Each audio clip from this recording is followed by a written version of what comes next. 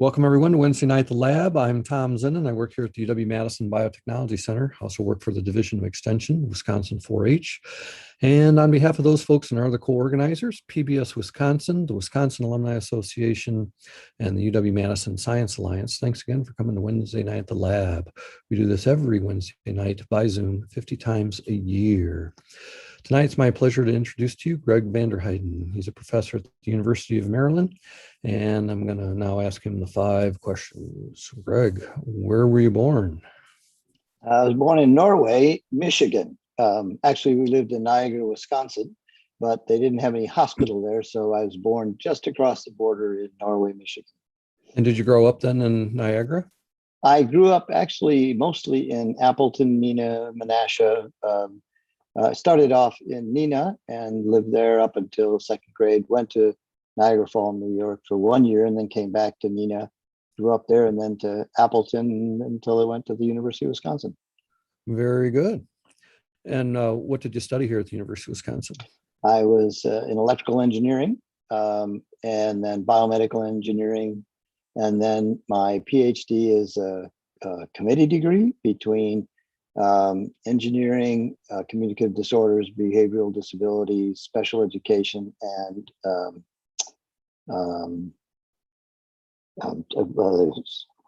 memory studies. Yeah, no, memory studies. Yeah, and it was statistics. Oh, good. And the degree, when you do that, they name the degree. And it's fun because you get to learn. You have to be studying all those areas at the same time. And the degree, they named it was Technology and Communication Rehabilitation and Child Development. Very good. That's impressive. And how long were you here at UW-Madison, and when did you head out to Maryland? I was at UW-Madison for 48 years, and I headed out to Maryland in 2016. And so I've been here for 5 years at the University of Maryland. Oh, very good. I'd like to thank Sandy Rotter for encouraging me to invite you, and I'm delighted that you accepted the invitation. So tonight you're going to talk with us about how to make computers everyone can use, including seniors who can't or won't. So everyone, if you'd please join me in welcoming Greg Vanderheiden to Wednesday Night at the Lab. And Greg, if you want to take it away anytime, that would be great. Certainly. You were talking about history, so I thought I would just show a little bit of history. I started this in this field of 50. This is maybe my 50th year in the field. In 1971, when I was still a senior in electrical engineering, and was tricked by David Lamers to go out to a school to meet this young lad here who could not speak or write or type, and would communicate on a wooden communication board on which the letters had been wood burned. And it took him about 1 to 3 or 4 seconds per letter to communicate. And somebody had to be watching him all the time. So we set out to do this, formed a student group. Pretty soon we had about 15 volunteers from 9 different schools in the university, communicative disorders, special education, occupational therapy, etc. Our sponsor or faculty, of course, you had to have some faculty member overseeing. And so Dan Geisler, who's from neurophysiology and biomedical engineering, was our faculty sponsor. And we began working on a communication system. And that student undergraduate volunteer group eventually grew into the Trace Center, which is now just coming off sort of $20 million in funding over the last 5 years, working on different types of technology for people with all different disabilities. So the power of students and where things can go if people just set out on a journey. So the latest thing we've been working on is Morphic. So imagine computers have accessibility settings built into them. So there's lots and lots of features. There's features to make it possible to make the screen larger and to built-in magnifiers, contrast, color, adjustment for color blindness, screen readers, all sorts of things built in, but they're all buried in control panels that many people don't know are there, or it's too hard for them to get in and use them. Or if they really need these things, how do you get into the control panel to use them if you need it to be turned on in order to use it, et cetera? And so imagine that you had them all just one click away. Or imagine elders who can adjust the computer so that they can use it without needing help from others each time they try and do it. We had an older woman come into our lab one time, and we asked her, as part of the questions, we would say, well, have you used a computer before? And she said, oh, yes. And I said, well, what do you use it for? And she said, well, I use it for email, and I would share pictures with the grandkids. And we would Skype and back and forth. And we also had this Facebook thing with my friends. And I'm going, wow, that's pretty impressive. But you said you used to use it? And she goes, yeah. She said, one day the kids were in the other room and I overheard them and they were saying, oh, the computer's all messed up for grandma again. And so I figured, I've had my time. This is their time. So I stopped using the computer. And I just about wanted to drop. This was before we had done all of this. And so we had no solution to it. But somebody had to set it up for her. And when she was done, she couldn't unset it. She didn't know how to. And she couldn't set it up for herself. And so she just, rather than be a burden to other people, she just cut herself off from all those things. It was really sad and unnecessary. And of course, it's even more difficult today. But imagine users who can sit down to any computer, and if they need an assistive technology, the assistive technology would just show up on that computer, set up just the way they need them. And then when they left, it would disappear. Whether it's at home, at school, at work, at grandma's house, anywhere. Or imagine people who don't have their own computer, that they could sit down to any computer and it instantly become their computer, set up just the way they need it to be. And then when they're done, it changes back. At our university, we loan computers out to students. Well, that's fine. But if you're a student who needs to have it set up special, that's not going to work, because who's going to set it up for you? And then you have to turn it back in, and then you get another one later, et cetera. We also have people who go for internships, and you can have your computer all set up for you, and you show up for the job, and you can't use your computer at the job. You have to use their computer. And very often it will take weeks, sometimes a month or more, before the place can get the AT, set up the purchase agreements, get the assistive technology in, have it all vetted and screened through the IT department to be safe, and then get it installed on your computer. We had people who go for a 3-month internship and they didn't get set up until a month later, and they were just sort of completely failed because they were so far behind on everything, and they were just unable to do anything for the first month of being there, or a new job. But now imagine that you could sit down and 3 minutes later, any computer from scratch, take it out of the box, unwrap it, 3 minutes later, it's got all the AT set up for you on it, installed and configured just the way you need it to be. Or a grandparent who can't figure out how to use a computer, and they won't even try. And we've all had people where we try to show them and it's just too complicated. But imagine they could have a computer that's so simple, they could use it for the basic things they need with a single click, and no menus and dialogues, et cetera. They never have to understand what a program is, or how to open or close a program, or what a file or a folder or a menu is. I mean, even just talking about these things, and you suddenly figure out why it is that they just sort of, go away. I just can't do it. The common refrain you hear is, oh, I really appreciate this. Thank you very much, but I'm just too stupid to do this. And these are not stupid people. This is just complicated stuff. They just don't know how. But if we made it so they could just jump between programs with a single click on buttons that are always visible, and they never disappeared on them. They could just have the buttons they needed. So let me just show you what that might look like. So here we have we call a Morphic bar. And on here, we could have it so that I can just click on here and bingo, I got the photos of the kids. You want to know what the weather is? I click here and there's the weather. Now, every week, we have several families we know of that they get together on the weekend. So they have this family call. And every week, somebody has to call grandma or grandpa or Uncle Fred 20 minutes before the call and get him into the Zoom meeting. Not once, not twice, but every week, over and over for months and months and months and months and months, all year long. One of my colleagues was a CEO from a company. His father is a physics professor, was a physics professor. And every week he has to spend 20 minutes, call early, to slowly get his father back into the call. Next week, start all over from scratch. What if you could just click on the family call and it would just bingo, drop you in without touching anything?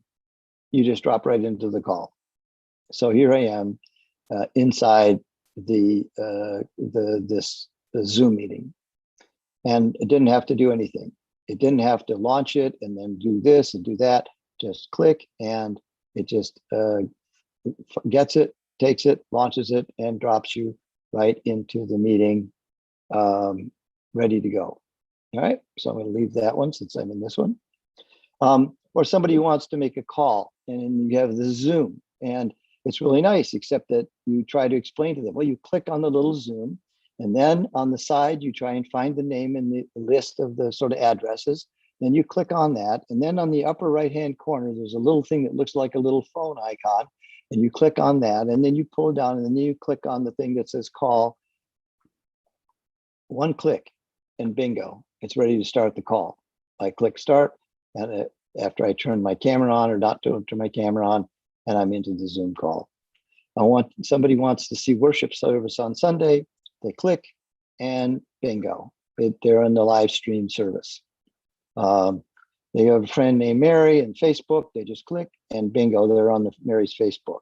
They want email, they click and they're in mail. They want the photos of grandkids, they're in the grandkids. They want the mail, they're in the mail. They want the weather, they're in the weather. And the buttons are there, one click. They don't have to know about launching programs or closing programs or figuring out, you say, oh, where did it go? Oh, it's covered up by the other window. What's a window? And you'd say, well, it's this thing. I don't see a window. And you go, well, it's not really a window like you think of a window. It's a window. It's what we call, never mind. It's what the thing we have that shows what the inside of the app, what's an application? It's a program. What's a program? Never mind, Dad. It's really complicated stuff. To us, it's all simple. But if you have never seen any of this stuff, it can be complicated.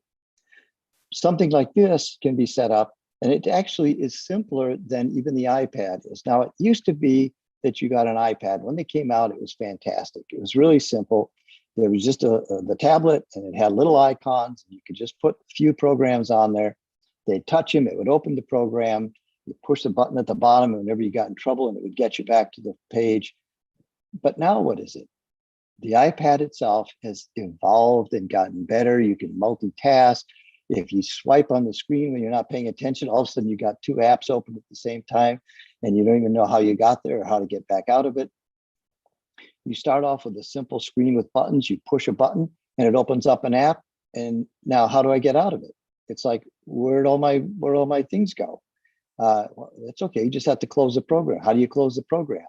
Well, you just sort of swipe up from the bottom, and well, that just makes everything move on the screen. Well, no, you didn't swipe from the right place. What do you mean? From the bottom? No, not from there. Go off the bottom of the edge. Okay, now flip up. No, you can't bounce. You've got to smooth right. And again, we took something that was simple and we keep making it more complicated.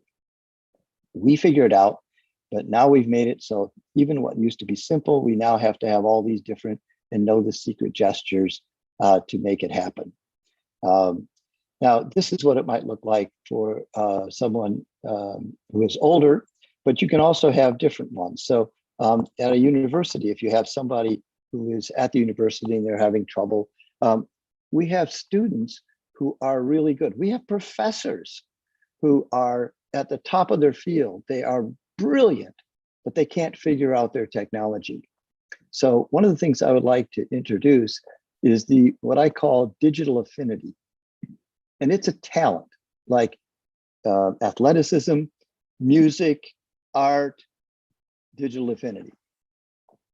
Some people are good at it, some people are not good at it. And it doesn't have to do with intelligence. Obviously, it's hard to have high digital affinity if you had a severe intellectual disability. But we have people that are extraordinarily bright, blazingly brighter than I am, and they can't figure out their technology, but I can. I can look at technology that they're trying to use that I've never seen before, and I can figure it out. And they can't figure out stuff that they use from one week to the next. And it's not people who are old. We're talking about people of all ages. It's like expecting everybody to be really good at music or really good at art. We think of technology as being neutral, and it's not. It's a skill, and it's something that, yes, you can develop skills with it, but if you have no talent at all, you can practice like forever and you're not going to get very far. I can practice all I want at singing, and I'm a little tone deaf, and so I'm never going to be a good singer. Fortunately, I don't have to be able to sing well to have a job, but you have to be able to use technology for education, for healthcare, for independent living, for socialization, for job, for employment. Even if you are just brilliant at human relations, you end up having to do it through technology. And we all know this because when we went into the pandemic, all these professors who were supposed to just go online and teach the students, and everybody was worried about students who wouldn't be able to use technology. And they said, well, first of all, the first thing they found is that there were a whole bunch of professors who had managed to get all the way along without ever really figuring out how to use technology. And they were completely lost. And you could go and try and train them, and they just were having lots of trouble figuring it out. We also found that students, you say, oh, but they grew up on technology, but they grew up on mobile technology. And so think of your smartphone and think of the interface on it, and then think of Windows. And they're nothing like each other. Knowing how to use your smartphone, and many people don't actually know how to use their smartphone well. What they know how to do is a few things on their smartphone. They've mastered a few apps, but even if you ask them to do anything complicated on their smartphone, like take the email and get anything and then open it up and edit it and then send it to somebody, and they have no idea how you could possibly do that kind of an operation on their smartphone easily. Except if they find a little share button and they just go share, and then they find something and they do something and come through. Does that map over to the computer? Not at all. So we have all these people in, we saw it in the community colleges, we in the job centers, we see it in research universities where students sit down to a computer and we said, what's your biggest concern? And they say, well, when I sit down to the computer, my first thought always is, am I going to break this? Have you ever gone to the control panels? Oh, I would never do that. I'd probably mess up the computer. Well, how do you adjust it? Oh, I just don't. I just use it the way it is. Well, what if you can't use it the way it is? We can also have bars. So here's one for a student, Gmail, calendar, Google Drive, Canvas, to be able to, for the courses. You can even have it that you can land, people actually get lost in Canvas. You can make it that you click and it drops you right into the right course in Canvas. If you're from another language and you're having trouble, you can click on here and it brings up all the different tools that we have listed for doing translating. So you can translate a web text. You can even do live speech so that you can talk and it'll talk back in another language. Somebody else talks in the other language and talks back to you in your language. So you have speech and the printed version going back and forth. And then lots of apps have things built in. A focus tool, read selected, color vision, etc. So, and again, you can do this if you wanted to for employment as well. So that let's say we have a bar like this at a company where the person can do their job, but they're not very efficient at it. You have to keep going between all the different windows and finding them in resources, or they're brand new to the job, and it's hard for them to keep track of where all the things they are that they need to be using.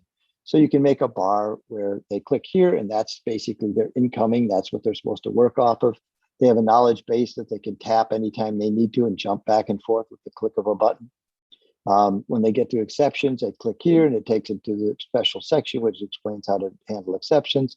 If they need to talk to somebody and they're working on stuff that has to do with accounting, so they just click here and it instantly connects them basically a sharing where you can do video or screen sharing or whatever you need to do with accounts, task timing, focus, and again, any kinds of things that you need for that particular job. So this is what we call Morphic Plus, and it allows you to create a custom interface. And so you can make one for, let's see, so let's say you want to create a custom interface for somebody. You can just come up and sign in. Don't need that, thank you. Go away. And I now have here, so I made 3 bars here. I could make another one. Let me just close this out for a second. So you can add bars for yourself, or you can create bars for other people. So I'm going to add a person here. I'm just going to say Bob. Bob's my uncle, if you will. And now I can click here and I can create a bar for Barb. Oops, I had it open up for Tia. Okay, let's go. Where's Bob? Here we go. So, and to create the bar for Bob, I just come over here and I can just grab things. So if they want a Facebook, I can just drag that over. They want to have Google News, I bring that over. They like it to be smaller, so I can get rid of that icon if I want to, make it a different color, change what it says. And I can go through and set it up. You can set up, Skype for a particular person by just dragging it over, then clicking and then typing in the Skype ID for the person, save it, and you're ready to go. You can create it for any web page. Somebody has color vision problems, you can drag it over and now you can turn on color vision filters. If they need a little magnifier, you can drag that on. So you can make the bar anywhere you want. You then just click save to your bar. You can send an invitation to them, and now they have a bar on their computer, and you can do it. And you can do this all remotely without ever getting anywhere near the person. So that's kind of nice for the pandemic season. Now, we also had created something Morphic Basic, and this is on a PC and this is on a Mac, and I can make this thing be Morphic Basic or Morphic Plus. So here we have Morphic Basic, but let's just look at it on the PC for grins. And so here we have it, and this is one that we are hoping to put on, and we are already putting on all the libraries at the university, American Job Centers, and places around. This is sort of just a basic tool that lets you, for example, make everything on screen larger. And again, you don't have to be able to go find anything, and it doesn't just make some things on the screen larger while everything else you can't read. It makes everything on screen. You need a magnifier, you can just click on here and you get a magnifying glass that you can use to go around. If you want to be able to take a picture of something, let's just open up a web page for grins here.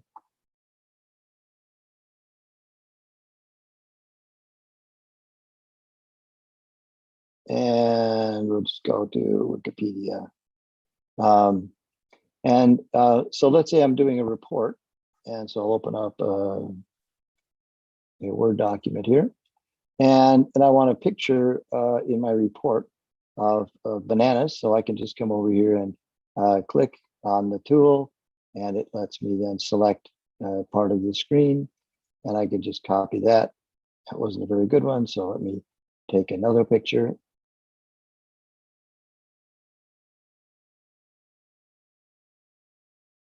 There we go. And then I can just come over and I can just paste that into my report.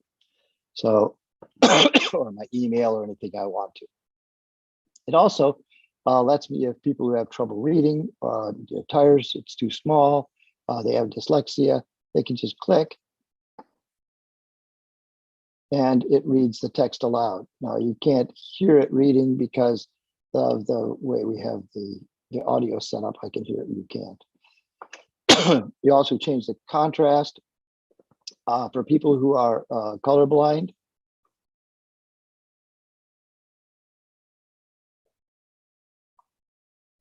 And things are hard to see, you can have it so that it'll automatically shift to make things easier. And you can adjust this to be whatever type of color blindness you have. So let me just come down here and change it to say red-green color blindness. And now you can see that just by turning the color blindness on and off, how much the difference in the contrast is here. Okay. Dark mode, night mode, and then there's lots of other things that we have in here too. You can adjust the pointer size, the mouse settings, keyboard settings, things like this. And there's a lot of other resources for how to make things accessible. If you use assistive technologies, you can actually save the setup on your computer to the cloud, and then you can go to any other computer and you can apply that so that it'll set the other computer up just like the computer that you had.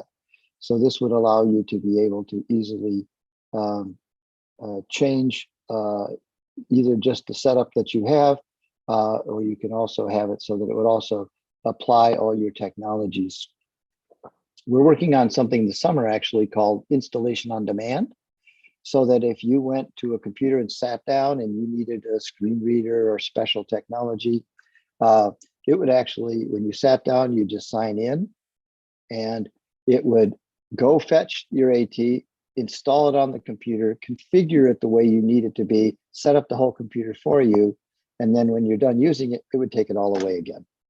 So that for the first time, if you needed to use an assistive technology, well, today, if you go to the library and you need an assistive technology, there's a resource room up on the 3rd floor that's locked, but if it's open at this time, during the hours it's open, there are 2 computers in there that have some AT on them. Well, that doesn't help you if you need to be down in a course or a lab that's being taught in the basement, or you want to be studying with your friends, or you just need to be able to use it at night when the resource room isn't open. With Morphic, you'd be able to go and sit down and use any computer anywhere in the entire library or even on campus. And you just, and all of them would have these features here. And of course, you can hide this if you don't want it. You can just, show or hide it as you wish. But you would just sit down and you just sign into Morphic, and you would find that that computer would have all of the assistive technologies you need on it set up just for you. Or if you needed to have different font sizes, or you need to have different magnifiers, or you needed to have different kinds of things, they could be set up for you. So, so that's what we're trying to do around that, and for people with disabilities, and the ability to make it so that they would be able to use it anywhere in any location. So, oops, didn't go back to where we were. Let me just sort of jump to where we were. Okay, so we talked about making bars to make routine text simpler, to make all the resources needed to put tasks at a person's. It can also allow more people with lower computer skills to do a job. There are people that can do jobs, but the computer makes it so complicated, it's just too much. And again, it can help all employees. If you've ever been working and you're trying to do a job and you always have the sort of same windows you got to do, but they're always getting lost and buried, having a strip that you can set up that would allow you to jump to where you need it to be can make all the difference in the world. For example, we have the one here looking at examples of exceptions and stuff that we were showing you a minute ago. So so again, we want to be able to look at how we can make things really accessible across the full range of users, and to allow them to be able to, for the first time, be able to use things anywhere and any place. So you remember we talked before, the buttons at your fingertip, we can do that. Adjusting the computer so they can use it without needing help from others. It's right on the bar, or you can make a bar that has whatever the controls they need to have. They sit down, their bar shows up. If they share a computer with other people, different people can have a different bar. The bar goes away when they don't need it. When they sit down, they've got it. They can set the computer up. When they go away, it sets it all back the way it was before. Again, the ability to have it follow you around is possible. The ability to have their own computer, have it change it back, all the things that we talked about before in terms of the internship. And again, the people and grandparents. One of the things we really look at is with the pandemic and stuff, we've had this great problem with individuals who are older who suddenly got isolated. And with this, you can set up the computer remotely so that they can have something where they just have a bar, and it may just have the things that they need, and it may just be 5 buttons, 10 buttons, 15. If there's more than fit on the strip, you can actually have it so that it will pull out a drawer that will make it so that it's larger. So you can see here, if you have more than fit on there, we can just make it so that you can, I'll keep adding things on here until it's too many. And you see a drawer comes up next to it so that you can actually have more. For example, if you wanted to have a button to call somebody and a button to call somebody else, and a button to call somebody else, etc., you can arrange that as well. So you can make it as simple or as complex as the person needs it to be. Okay. So that's Morphic. We've also looked at it used in clinical situations where people for the first time clinicians can have all the different AT they can try out with clients. Clients can then actually try it out, and then they can go home and have it show up on their computer exactly like it was at the clinic. Another one that we came up with is people who have to do high stakes testing. So imagine that you're going to go in and you're going to take a test, and this determines whether or not you get into the school or not, or this determines whether or not you get a law degree or not, or this determines whether or not you can practice in your profession. And you go in and you sit down and they say, I'm sorry, you can't have your glasses. You might have written answers in your glasses, and they take your glasses away from you, okay? And you go, well, how am I going to see? And they say, well, we have some glasses here that we know are clean. And they give them to you, say, but these aren't my glasses. This isn't my prescription. This isn't set up so I can use it. And they say, well, that's all you have to do. Now you have to take the test squinting, or you have to take your test, but you, instead of writing with your right hand, you got to write with your left hand. When you go into the test, you need to be able to be at your very best. And yet this is what happens. People who need a screen reader come in and they don't let you use your computer. They don't let it use a computer that's set up. You have to use their computer. And they have a different screen reader. That would be like if you know Windows telling you, okay, you can take the test, but you have to do it on a Macintosh. Or if you use a Macintosh, okay, you have to do it on Windows or on Linux. And now you're trying to figure out how to do it at the same time you're trying to take the test. So the ability for someone to come in to take a test and have that computer set up with their AT configured exactly the way they're used to using it is critical to their being able to really do a good job of and be successful on their test. And yet that's not possible today, but this is something that could be possible here. Finally, if you're a small library, you don't have any ability to have all these different AT and stuff. But with Morphic, you could have it with the AT on demand, where you have 4 computers, and for, you're going to have very little use of AT, but you could have all of the AT available on all the computers if anybody ever came in. And if they don't, then it's not. So for the first time, you can have it so that it's affordable for small places, any place that has public computers, to have the accommodations, have them there so that people can find them and are able to use it. And we found this to be really critical. We were working at One American Job Center, and the person was leaning over and they were squinting at the screen and looking, typing, and then squinting at the screen. And we came over, and so we showed them, here, you can just do this, and the screen all gets larger. And they went, oh, that's amazing, thank you. And then later they came over and said, oh, it was so much faster and easier to use. And then the next day we came in and they were squinting again. And we said, well, this was before we had the little Morphic bar. And we said, well, we showed you how you could make the screen larger. And they went, oh yeah, but I couldn't figure out how to do that. Well, we showed you, it was just like that. And she said, well, yeah, actually, I was afraid I might break the computer. So she didn't use it, even though she knew it was there, because it just was too scary to use it. It was too complicated to use it. And that's how we came up with the Morphic bar, to make it so that it's just right there, right in front, looks simple, looks like you're intended to be using it. And so people can just click.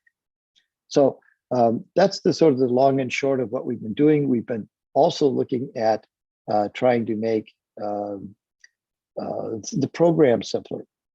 Even when we talk about the Morphic, like we were talking about here, and we bring this up and we click, let's bring up the simple Morphic bar here, and you just click on Gmail. Well, Gmail is not that simple to use. So we're trying to work on creating a simpler version of Gmail, simpler interfaces that people could use, that allow people who are not really good or people who are really bad at technology to still be able to stay connected and be able to communicate with others. The Morphic Basic that we've talked about here is available free of charge. You can just go up to morphic.org and download it. And even Morphic Plus, from now until September, anybody who downloads and installs Morphic Plus on their computer between now and September will basically also be able to get it for free permanently, and be able to use it to create bars for themselves and for friends, etc.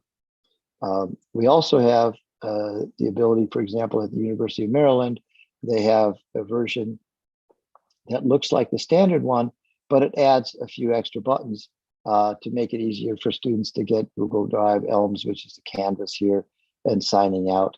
And we have an American Job Center where we have set it up so that they had it so that they wanted to add buttons. And one of the buttons they wanted to add was USB drives. And again, something that we think of as simple. You get a little USB, and they would talk, and librarians talk about this too. Somebody comes into the library, they have their resume on their USB, and they're going to update it. They plug it in the side of the computer, and they go off looking for a librarian. They find a librarian, they come back down to the floor that this person's on, walk on over to the computer, and they say, what can we help you with? And they said, I just plugged my USB in and I can't find it. And if you think about it, it is actually kind of complicated. So you push the Windows button, and then you type File Explorer. How are you supposed to know that you're supposed to type File Explorer? And then you open up the File Explorer, and then you have to scroll, they're already scared to death. What is this thing? So then they have to scroll down and find this thing which says this PC, and then they show this, and then one of these things, which all look the same, is going to be the USB. And the last USB I put in, it didn't even look like this. It actually looked like a toaster oven. And I don't know why, but yeah, here it looked like this. And so the ability to have somebody just plug it in and they just click the USB drive and it opens up right to that folder, and there's their resume, and they could just click it and open it. And then when they're done, they just click eject. And you can, with this, which we're also trying to provide free to the libraries and stuff, each place can pick whichever 3 additional buttons they think are most useful for their location. And again, the Morphic Plus, we're also making free for early adopters to be able to take it down and use it for themselves, or to create Morphic bars for loved ones. So I'd like to stop here and give a chance for people to ask questions and to have some suggestions or suggestions, questions, or anything else they'd like to do here. And if you want to check out the chat, Greg, there's questions and comments there. And in the meantime, if anybody wants to unmute and maybe even start your video and pose a question, make a comment, that'd be great. Any spoken questions? I'm trying to find the, I guess maybe if I stop sharing, oh, here it is, chat. Yeah. All right, great idea. Oh yes, my dad, my uncle just passed away at 103. Did you know that there are 30,000 people in the United States over 100 years old? And I think the number is actually higher. That may be an old number now. It probably goes up every day. And the answer is that yes, this does work on a Mac and a PC, and it works on the new ARM Macs as well. I have one right behind me, and it works just fine. They save their work and transfer to an external hard drive. Yeah, but better than using an external hard drive would be for them to just use it, put it on a Google Drive. So you just have a Google and click, and then it's up in the cloud, and then they don't have to worry about losing it. If you put it on a USB or a drive, and then you're carrying it around and you leave it someplace. So the easier thing is just to open up a Google Drive, and just like you can click here and get Google Photos, you can click and have Google Drive and be able to save all your stuff that way. Can't wait to try it and set it up for my mom too. Please go right ahead. If you go to the website, which is just morphic.org, you will find a couple things on it. First of all, there's a really good intro section here that talks about all the different groups that could use it. And if you click on these links here, it'll give you more detail about each group. Then here you can see here's Morphic Basic. And there's a really nice little quick 2-minute video that gives you a quick peek at Morphic Basic. And then the page describes all the different features, and each one of them you can click on and it gives you a little quick video on it. Again, all 60-second videos, so they're quick. And then Morphic Plus will give you the quick video here, which will let you see all of the quick 2 minutes again of Morphic Plus. And then you come down, and then here's a little video that teaches you more about the customization tool that you just saw a minute ago.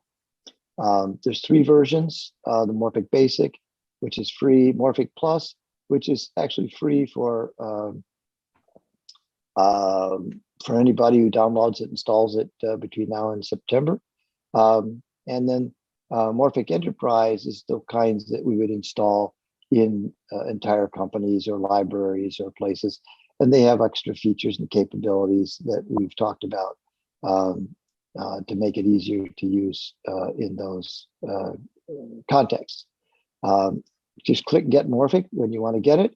Here it is for Mac OS, and this works on any Catalina, Big Sur on forward. Morphic Basic works on Windows since 2019. And if you've got it updated since 2019, it'll work. And if you want Morphic Plus, then you can just click on here, put your email in, and we'll send you an invite in to get Morphic Plus for free. And then you'll be able to use Morphic Plus. If you went to a test site and told them that you were going to download AT from the cloud, I would bet they would balk at that, assuming it might be able to download it. Exactly. You, just like those test sites won't allow stuff from outside. So what we have is the ability for, and even companies, you go to a company, remember we said they go in for an internship and it would set up the computer in 3 minutes. Not because when you went in, it would suck the AT down from the cloud and install it. Companies are not going to allow anybody to download random programs from the cloud and install it on their computer. They have very secure, they download it, they test it all, now they have a sterile copy, they put it on.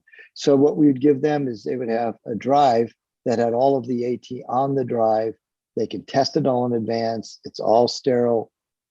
And then when they come in, all you come in with is a plain text file that says which programs and settings, and Morphic, which is installed on the computer, not even connected to the internet, and hook the drive up to it, and it would pull the data from the drive and install all the stuff. So you can do it entirely in a sealed room with no internet connection at all. Now this button will work fine in a room without, but if you click on Google or the weather, obviously it's not going to go anywhere because those are internet functions. But the Morphic itself works fine without being connected to the internet, as long as you don't ask it to do something on the internet. Excellent, Mike.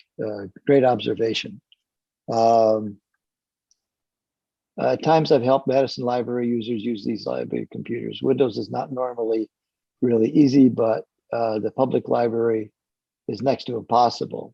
This would be a great addition. Yes. Now, what you do is we give the Morphic install. We just give it, it's very small. It installs in, on my computer here, it installs in like 3 seconds.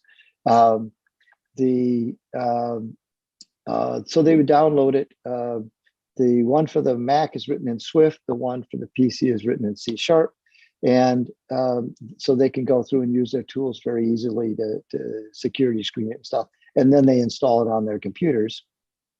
And then it's locked. And we have ones that even use deep freeze. And so each time the person signs out, the whole computer gets wiped clean. And so they allow you to download and things, but it just wipes clean each time. But you don't care, because when you're done, it already has it. But because Morphic is installed at the security layer, it has the ability to install to allow a user to install software on a computer when they don't have any installation rights. But again, this is all cleared with IT in advance. And so they have it set up so that it gets the software only from a place that they trust. What operating systems? We already mentioned that, Windows and the Mac OS, any of the latest versions. Have you used an aging similarities simulation? Well, the aging simulation tests, actually we do better than that. We test it with lots and lots of old people. The aging simulation tests, suits and things like that, and we have a number of things that we use. We use to pre-screen the stupidity out of our designs. So first of all, we have a whole bunch of people who work with people who are older all the time. We designed, for example, the digital talking books that you get from the Library of Congress. When I was back at Wisconsin, we worked on that with the Library of Congress. And we spent lots of time out at nursing homes and residential facilities, talking and working with people who are older. And it's really true. If you've met one person who's older, you've met one person who's old. Just all over the map. Everybody is different in terms of their abilities and capabilities. So we get people who are really familiar to look at the stuff and get all the bad design out of it, if you will, including our team, and then we bring in others. And then we can use simulators sometime to see if it turns up any more. But then we go out and work with real people who have disabilities, because the suits are stereotypic. They just do one thing, and it's like every old person is going to be like that suit is, and they're not. They're all over the map. But we do look at this. How do I see it being used in the testing? I think I covered that one, but if you want me, if you have another question, ask me again. How easy or hard is it for a visually impaired person to set up assistive technology? Okay, So let's say well, if I have low vision, I can come in, and when I come in, it'll be like this. And the first thing I can do is even with very low vision, I can see the text size. It's always this big green thing on the left. I can just start clicking on this thing until things are all very big and easy for me to see. And the but also if I needed a screen reader or something like this, I could just come in, hit the keyboard command that opens this up, and then I just so I open it up and I just go down to, and I know that's where sign is. I hit sign in and I just type my email. I hit tab, I hit my email. I don't even have to see the screen. And I hit log in, and I'm logged in, and it'll automatically set up my computer for me. So without even seeing the screen, I can get to it that way. You also can make it so that all the person has to do is to plug in a USB and then type their password, and that'll also get them in. So there's different ways that we have set up for people who only use keyboards or who use who can't see to be able to use it. Is user voice activated AT setup possible with Morphic? Yes, it absolutely is. Both the Mac and the PC have voice control, and again, it's right there. All you have to do is know that it's there and know where to find it. So I can come into this, and then I can come into here's VoiceOver. That's a screen reader for blind people. And I can come down to voice control, and then I enable voice control, and now I have voice control of my computer. So what we can do is you set that, and then you just say, okay, that's the way I want my computer set up. I come over here and I say, save my setup. It'll save that you had that turned on. And then whenever you sit down to a computer, it'll automatically turn that on for you when you sign in. Oh, that's the other thing I left open. If one has Morphic Plus on a PC, can you use your Morphic Plus on a cousin's Mac? Well, your cousin would have to install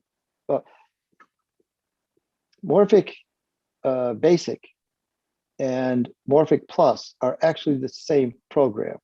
So if I come here and I click on, I'll just do it over here because I got it set up already. So if I come here and I'm in Morphic Basic, so if you sit down to a computer that has Morphic Basic, which is free for anybody, and it will always be free, and you go over to your cousin's house and you just say, would you install this on? He installs it, it's free. If he doesn't want it to show, he just hides it. All you would do is you just come and you'd sign in. And when you signed into Morphic, suddenly all of your Morphic bars would show up on their computer. So any computer that has Morphic any place, you sit down, you sign in, and your Morphic bar shows up on that computer. And you can actually have more than one. Right now it's one, but by the end of the month, it'll be more than one that you can have on the computer. And so they would all be there. Is there a cybersecurity risk in cascading fashion if Morphic is available on a computer anywhere? I don't know what you mean by a cybersecurity risk in a cascading fashion. I'm not sure what the cascade is.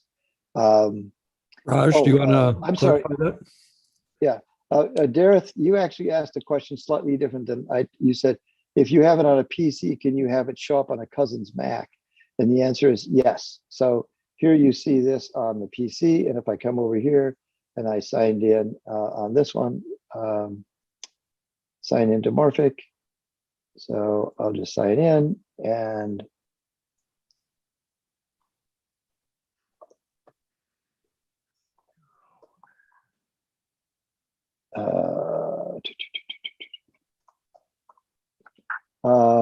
so this is the bar from the Macintosh that you saw. And so if for some reason it's not logging in there. It's not allowing me to click on the login button. I've got two cursors here and they're not logging in. Oh, there it goes.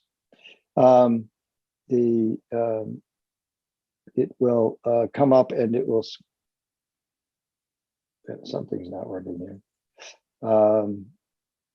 Oh yeah, it did log in. I just didn't do the bar. So, and there you go. This is the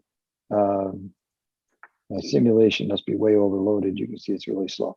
And here you can see the same bar showing up on the PC.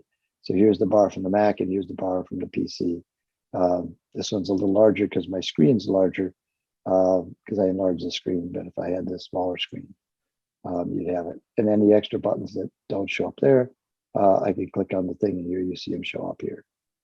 Okay. So Raj, do you want to explain a little bit more what you mean by cascading security?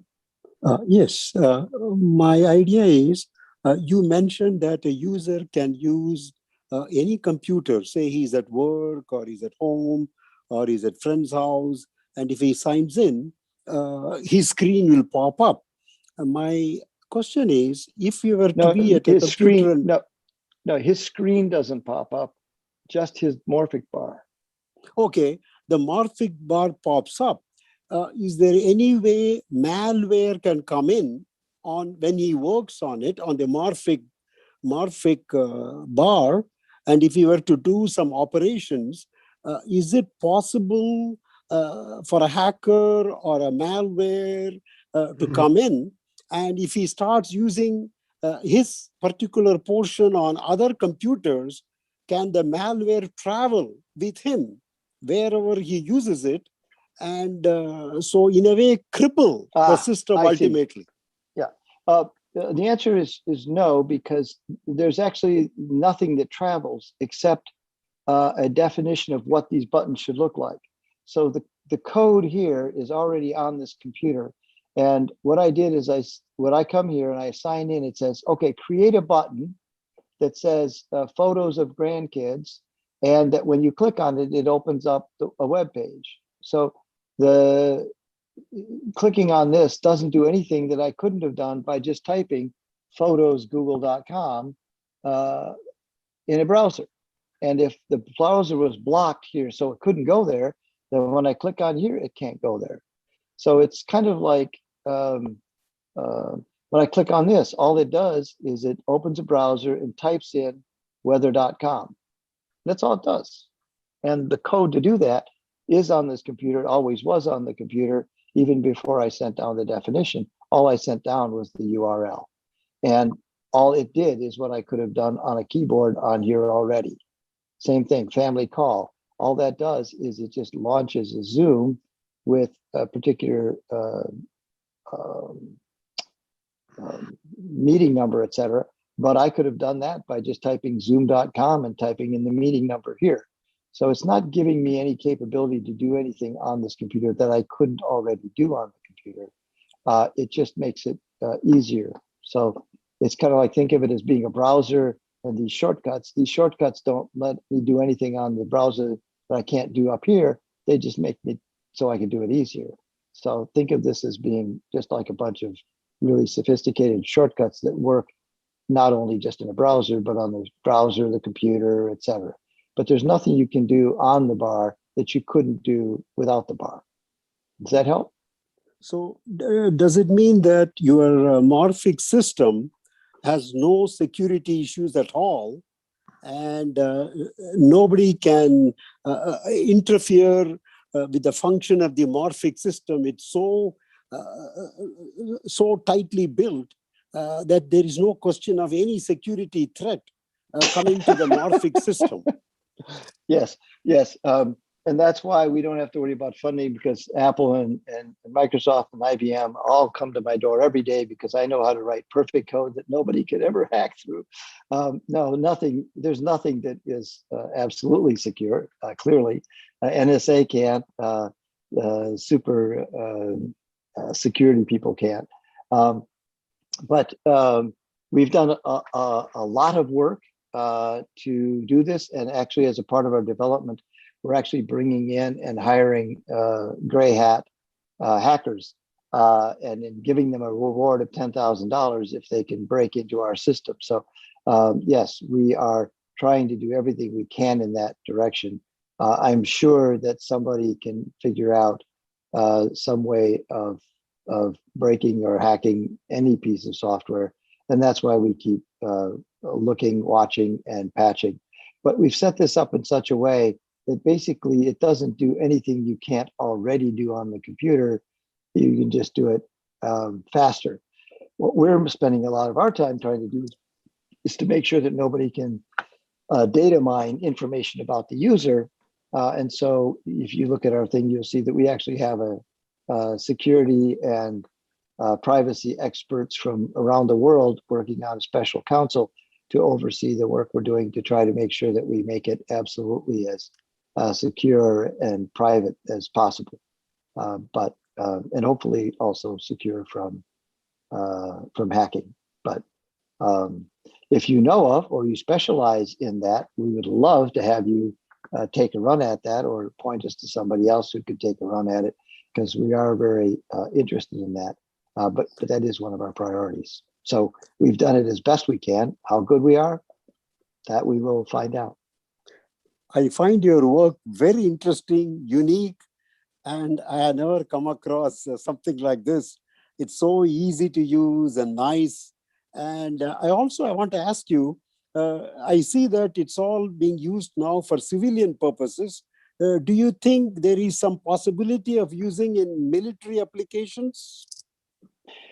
Well, yeah. There is no area and there's no audience that we don't have people that it would be better if they would be able to have more have things simpler. Fewer mistakes is always good, and so I do see it in any place that there's a digital interface. We have people who are trying to use it, and we know this is true of all of us too. All of us are, even those of us who are supposed to be really digital experts, we wrestle with our computers all the time. And I don't just mean when they break and things like this. I mean, like every day we're looking for windows and trying to find stuff and losing time because things that we need to access a lot aren't where we can find them. And we're at the top of this digital affinity scale. So yes, I see it across. We're actually working with a group now that does a lot of work with veterans groups. And we're actually looking at veterans who are returning and who have disabilities and things like this. But there's also veterans who come back and they're just not good with digital technologies. And they now have to come back and go into the world where everybody expects them to have digital skills in order to get a job. So we're trying to not just say, well, you need to drag the person up. I have something I call technology tall. So it's like having low digital affinity is like not being tall. And so those of us who are tall, we design kitchens and stuff, and we put stuff on shelves and we can all reach it. And it doesn't occur to us that we're making things that other people just can't reach. And because we can't see it like you can see if somebody is short, when you see somebody who doesn't work good with technology, they don't look any different than anybody else. So we just tell them, well, just try harder, just practice, or just learn, or just work with it. And that's like take somebody who's short to just tell them, well, just stretch more, just reach more, and you'll be able to reach the stuff. Just try harder. And if it is out of their reach, that's just crazy making. And all it does is make them feel like they're stupid, and they're not. They just aren't good with technology.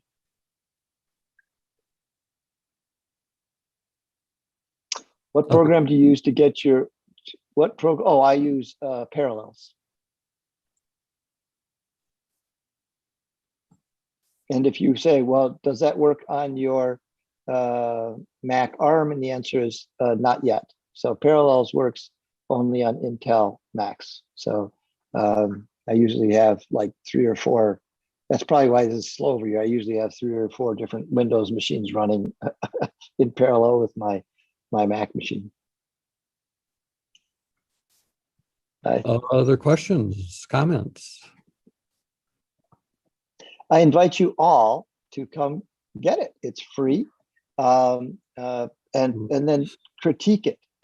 Anybody who writes to us and says, this is wonderful, that's great. We can always use that. And so please, if it really works, tell us how it works and tell us why it works.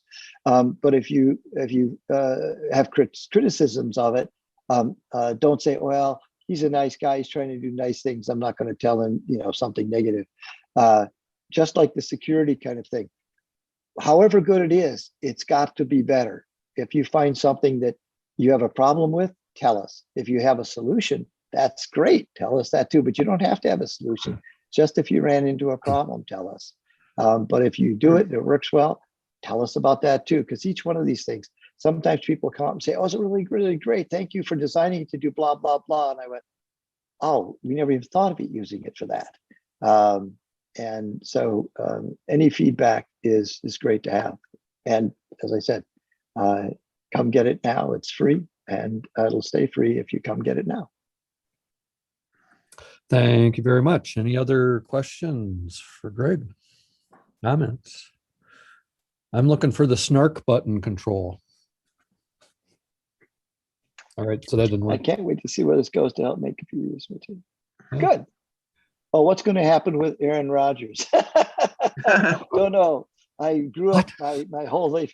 My father had 4 season tickets to the Packers, and when he passed away, we had our whole family because they were like on the 40-yard line or something. So it was really amazing. He'd had them for like forever, and so we shuffle them around in the family. But yeah, so great Packer fans from way back.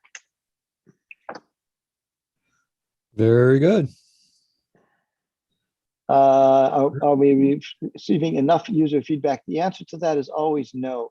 We never receive enough. We can always use more. Thank you, Sandy. And thanks again, Sandy, for suggesting Greg and for making this happen.